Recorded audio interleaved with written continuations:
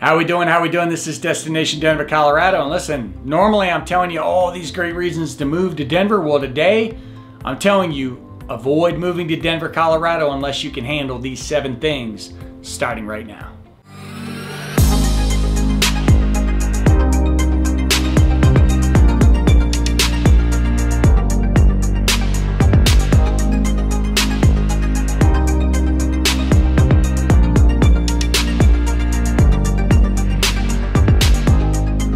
All right, this is Destination Denver, Colorado. I am your host, Jimmy Everts, and listen, if you're interested in learning all the ins and outs, pros and cons to moving to or living around Denver, Colorado, then this is the channel for you. So that subscribe button and notification icon you see on your screen, make sure you click on that as I'm dropping new videos for you each and every week. And listen, as much as I would love to imagine that I'm entertaining here on camera, I'm also a licensed mortgage broker covering the entire state of Colorado and teamed with Denver's most talented realtors. So the number and email popping up on your screen, know that I am always the person answering your phone calls, answering your texts, answering your emails, there when and if you need me.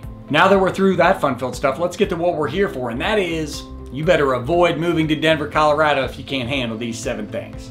All right, so listen, it doesn't matter where you're moving, whether you are moving from another part of Colorado to Denver, whether you're coming from out of state, you're just kind of kicking the tires around, thinking about the move. Obviously, there are some make or break items specific to you that you need to be aware of that will help make that determination for you. Is Denver a good city? We're gonna try to cover those, at least some of those here today. So the first one I wanna talk about is the fact that Denver has been in a shift in its market for the better part of 10 years. And what I mean by that, I'm not talking about the real estate market shifting. What I'm talking about is the city of Denver and the shift, the increase in population, the change in the city we have seen that really started around, I would say 2010, 2011, and really hit steroid level in 12, 13, 2014. So up until that time frame, Denver was like a mid-level city. It wasn't a big player.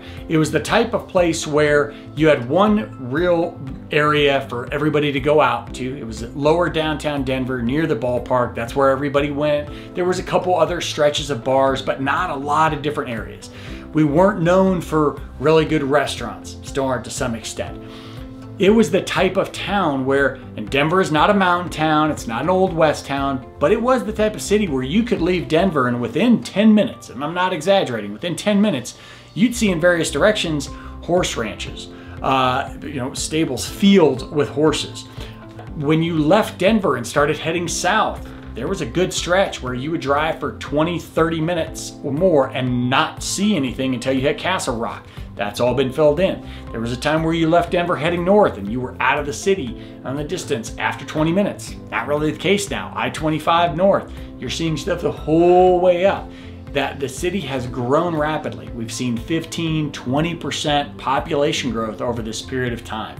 Denver has become, it's not a Chicago, it's not a New York, but when it comes to mid-tier cities, it's a serious player.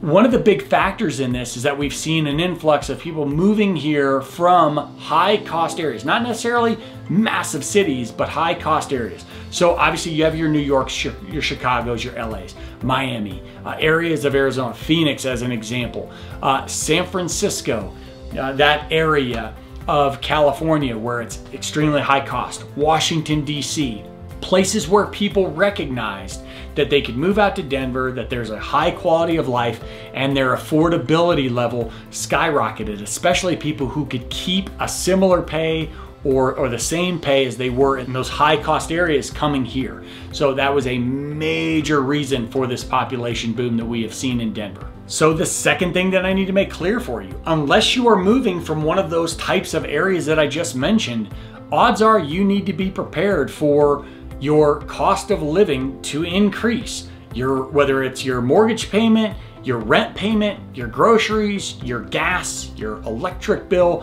that cost is going to go up for most people moving here from the Midwest, moving here from parts of the South, moving here from states that don't have that type of growth.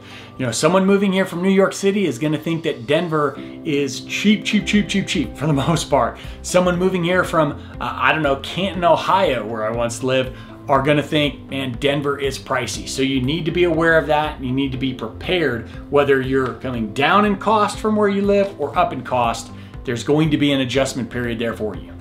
The third thing you need to be aware of, and avoid moving to Denver if you can't handle it, is that Denver has seen a pretty solid youth movement. As you could imagine, when you hear about a city that has had a 15 to 20% population growth period, Denver itself had about 19.2% increase in population over the last 10 years. That's 100,000 people. That's a lot of folks. And a lot of that was young professionals coming in, starting their life or trying to improve their life. So with that youth movement, you had a lot of people moving here by themselves. You had a lot of people maybe moving here as a couple. With that, you're seeing shifts as people evolve. Obviously, some people remain single, some people become couples, some people start families, or maybe they start adopting animals one way or another. It evolves. So you see movement in that. You saw people moving here in 2010, 11, 12. Maybe they start in that condo downtown. Maybe they're in a townhome. Well, eventually, now they need to buy a house or move into a house. Now they need to get farther into, or want, I should say, to get farther into the suburbs. So because of that youth movement, you still see a lot of moving and shaking. And one of the things that I'll see in my industry a lot is we'll see some folks who are at this point, maybe they're retiring, maybe they want to downsize. This is buyers or renters. People that want to downsize and people who need more room. So because of that youth movement that you've seen over the last 10 plus years, you see a lot of shifting in Denver as far as housing, lifestyles, and where people are progressively in life. It also means to you that if you are thinking about moving here by yourself, or you're thinking about moving here with your significant other, you're thinking about kind of starting over in life, whatever that shape may be, moving to Denver, you're certainly not going to be alone in that regard. The fourth thing you need to be aware of is that you do not have to be the biggest outdoors person ever. You don't have to love hiking or biking or snowboarding or all of that things. You just need to be prepared that you will probably run into certain groups, certain people that will ask you to do it a lot. You might get a little pressure, but it's not going to be the end of the world. I admit I've lost some street cred for this. I'm not the biggest skier. I'm not the biggest snowboarder. I know there are certain friends in the wintertime who are gonna wanna head up to the hill, and odds are I'm not gonna be invited for that because I do a good job of holding down a bar stool in the mountain town, but not a very good job of holding down the snow coming down the slope. But just be aware, you don't have to be the biggest outdoors person. You might just get, a little peer pressure to go out and explore it a little more. And would it really kill you to camp for one night? I mean, probably not, unless you tried to fight a bear or something, and we don't really have aggressive bears anyway. Number 5, and this is a big comment that I get from a lot of people, is how is traffic in Denver? Well, traffic in Denver is not great. It's not terrible. It's not great. Here's the thing I need you to understand.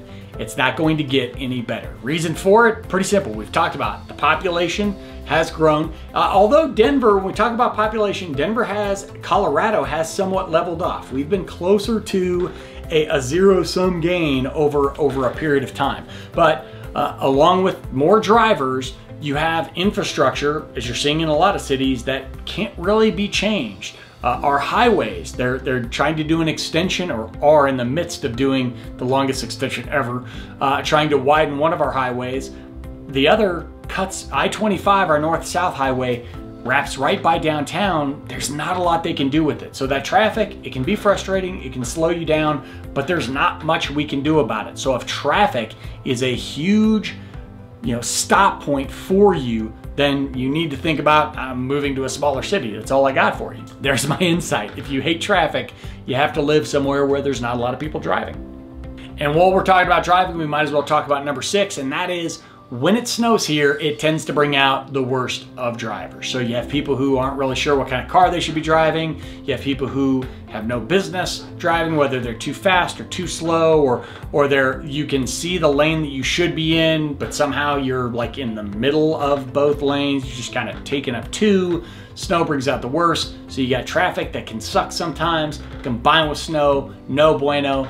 The good news is, though, it doesn't snow all that often, and we're talking about maybe out of 365 days out of the year, 10 of them where you have to deal with that. And last, the seventh thing that you need to be aware of and you need to avoid moving to Denver, Colorado if you can't handle is the fact that Denver is still a very, very popular city.